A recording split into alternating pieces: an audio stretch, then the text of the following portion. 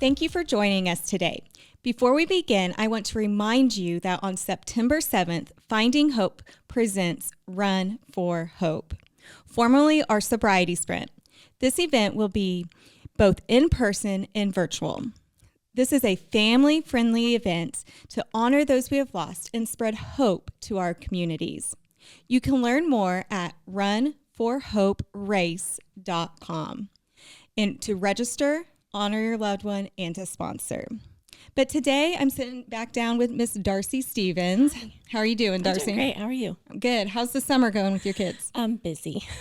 Yes, you think summer would come that it would slow down. It slowed down a little bit for me, but Yeah, no, not for us. It's You're like so- go. still go. My calendar rules my life, or But- their life. At least we don't have to get them up super early. Yes, this is true. Unless they have like camps that day or something else going on, right? Yeah. So, well, Darcie, I asked you to come on here because we're about to have our Run for Hope. And I just want to kind of talk to our listeners today about that. And you've mentioned it maybe on this podcast before. This is one of your favorite events that we do. Yes. And so I just want you to tell us, why is this one of your favorite events we do? So I've been a part of the sobriety sprint now, Run for Hope, since 2019. Okay. We started going to it, just my husband and I, to celebrate him and his recovery. And that first year, I also got to honor my mom. But each year since then, the impact for myself and my healing and my journey and honoring my mom is just something so special. And last year, our whole family was there, and my kids don't remember my mom. Well, none of them were born except Isaiah, so they only hear stories about her, but it was good for them to see how as a family we can honor her and come together and support those other family members who have lost somebody, and then those that are in recovery as well. So let's step back and tell our listeners a little bit about how we honor those, Yes. right? And so we want to make sure everyone, if you're listening and you have lost someone, I've even got the call, like they struggled with addiction, they were in recovery, and then they passed away. Can we still honor them? The answer is yes. We want to honor all of those. Yes. And so make sure if you have someone that you get it registered by August 1st, because we want to make sure. So we do a 1 mile, right? Yes. And we have this 1 mile. We also do a 1 mile walk, or you can run the 1 mile. I'd be walking. But we do a 1 mile, and that's the Memorial Mile, right? Yes. And last year we had 75 beautiful pictures. And that's what this race is about. Yeah. It's about those that they might be gone, but they're not forgotten. Right. And they're more than, if the disease did take them, they're more than their disease. Yes. And we don't want people to remember them by their overdose or any of that. We want them to be remembered by who they were, Yes. right? Who God Yes. created them to be. So like I said, last year we had 75, and we also did something else special. Yes. What did we do? I love that. So when you register your loved one that you're honoring, there's opportunity to say how many family members you were going to have there, and each of those family members got a button to wear, and that was so special because my whole family, oh my gosh, I might cry. My whole family got to wear a button to honor my mom. Yeah, so we could really know those families. Yes. And just be able to go up and say, tell me a story. I just talked to someone this week, we're still in 1 week, and she had registered for one of our Hope After Loss meetings. And we know Hope After Loss is a grief support group for those who have lost someone to the impact. And you could just hear the heartbreak. Yes. It'd been just about 2 or 3 months since she had lost her friend. And I said, share a fun memory. And that's what it is. It's don't shy away from people. Go up and ask them, tell us a funny story. That's what this is about.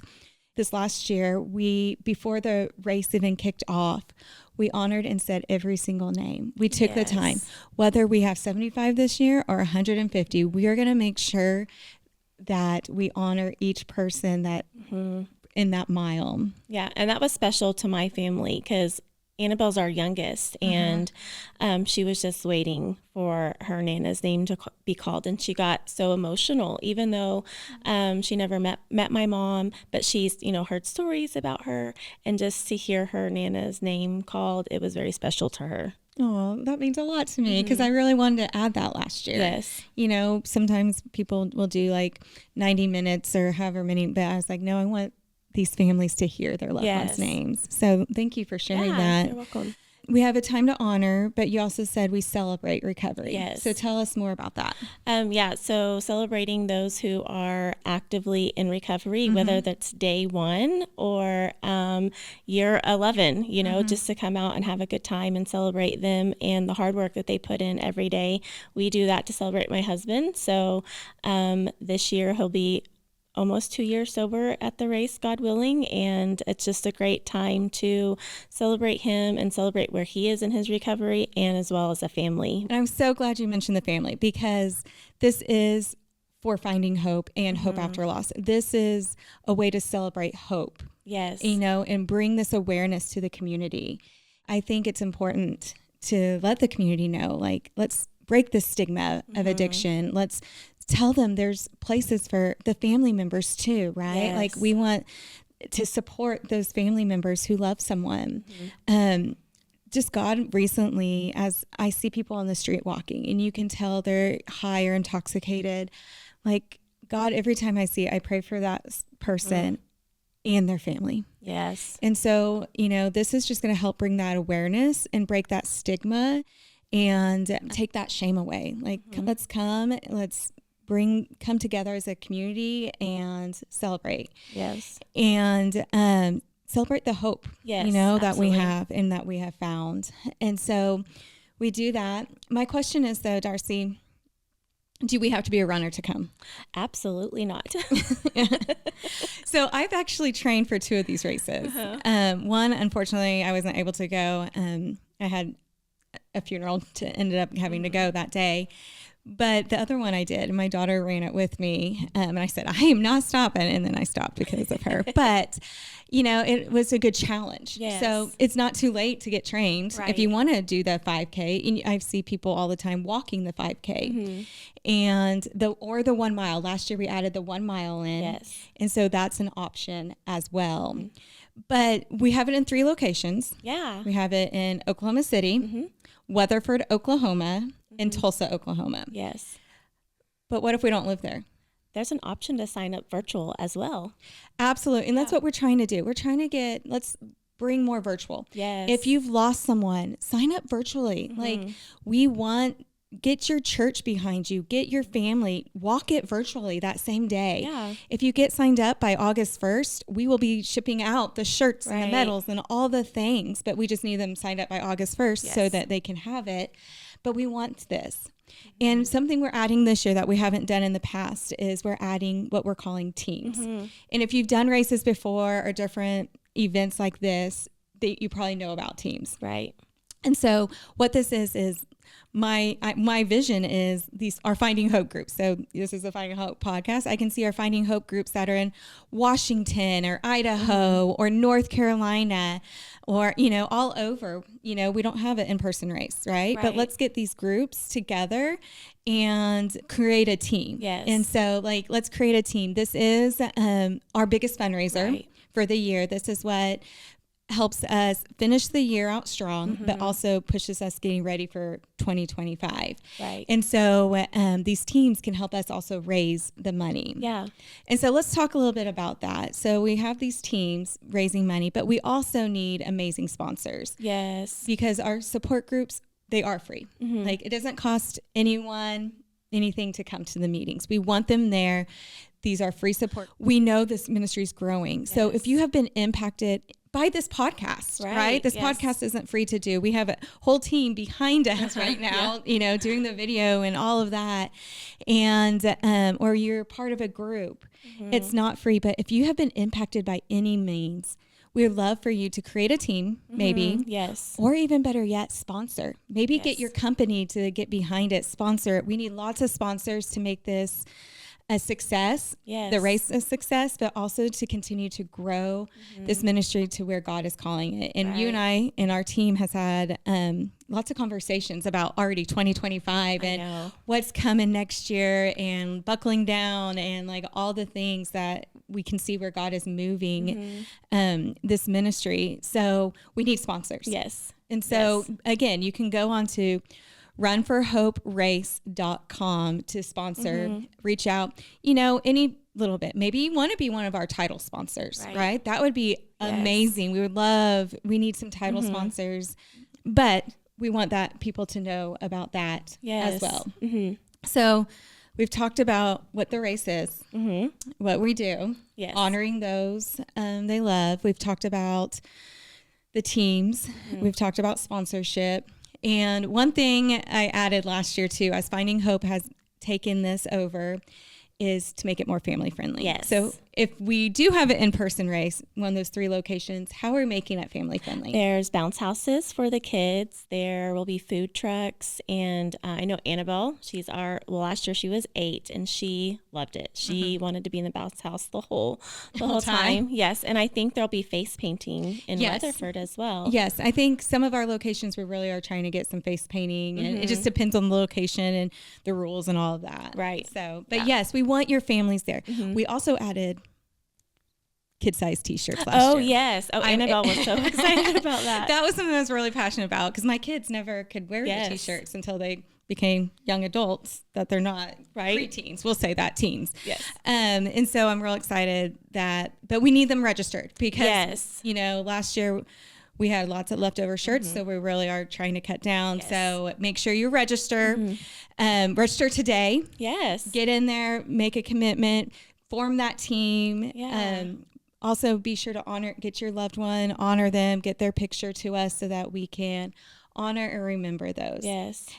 Anything else? Any other thoughts? It's just a really great day. It's emotional, but it's also, it helps me continue in my healing journey, and just a great time to come together with my family and my coworkers and my other people who get what we're going through. So one thing that stood out to me last year is we had a former Hope is Alive resident who she passed away from a freak accident, and probably about a month before this race. And I will never forget her nephew carrying his aunt's picture across that finish line. And just, again, like those memories, it just goes to show like what this race is about. It's not about me. It's not about you. Right. It's about these loved ones that we can honor, in the hope that this family continues to find they're still plugged in to hope, or finding hope, and do all that they can. Which one of your big aha takeaways? I mean, I know you've talked about some of it. From the races, just like I didn't realize how healing it would be to honor my mom. And so if you're struggling with whether or not you should, or you're still hiding behind that shame of it, do it. The healing that will come from honoring them and remembering who they were, not defined by their disease, but who they were as a person. That's good. That's good. So we're going to wrap this up. And I'm still going to leave with a challenge, because that's what we do on all the podcasts. So my challenge today is to get signed up. Like, no matter if you live, we actually have some Finding Hope members down in Mexico. We have one in UK, in the, England and United Kingdom. We have one all over the world. Sign up. Let's spread this hope across the United States. So log on. This is my challenge, to log on to runforhoperace.com. Sign up to run or walk the 5K or the 1 mile, as well as we would love for you to sign up as a team and become a sponsor. But most importantly, be sure to honor those. If you have lost someone, please log on to honor that person. We would love to. Yeah. So thank you so much for joining us this week. You can learn more about Finding Hope and Hope After Loss at FindingHope.Today. But before you go, I would love for you to give us a 5-star review, share this on social media, and be sure to subscribe to this podcast so you don't miss our next hope-filled episode. Thanks again for joining me, Amy LaRue and Miss Darcie Stevens, on this episode of Finding Hope. And remember, you are not alone, it's not your fault, and there is hope.